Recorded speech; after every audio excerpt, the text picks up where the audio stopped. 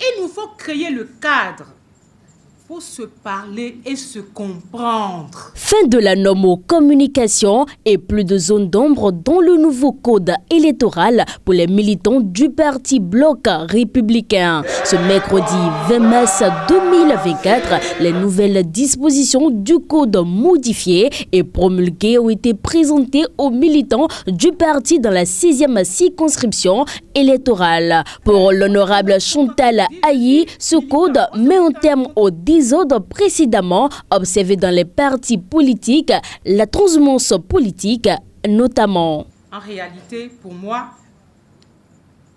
au-delà des frustrations que nous pouvons avoir, ce qui fragilise un parti politique, c'est l'instabilité de ses adhérents. C'est l'instabilité, le fait de ne pas assumer son choix. Le fait de ne pas protéger son choix.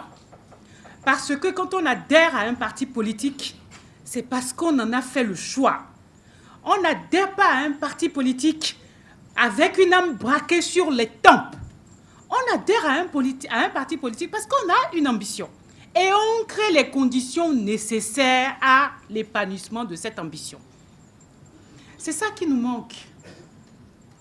Et Dieu merci, le code électoral a réglé la question. L'autre point que perdent de vue plusieurs analystes depuis le vote de cette loi, c'est bien le concept de membres actifs au sein des partis politiques. Désormais, tous les militants de la base au plus haut sommet des partis sont tenus de participer activement à l'animation de la vie de leur parti. Avant, on se contentait de dire « je suis membre fondateur », on se contentait de dire « je suis militant », on se contentait de dire « non, je suis leader, je suis très fort dans tel quartier ». Mais aujourd'hui, on parle dorénavant de militants actifs, de membres actifs.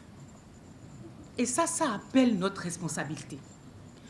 Je vous assure, ce n'est pas les conseillers qui viendront témoigner de notre dynamisme dans le parti. Le parti est géré. Le parti est géré.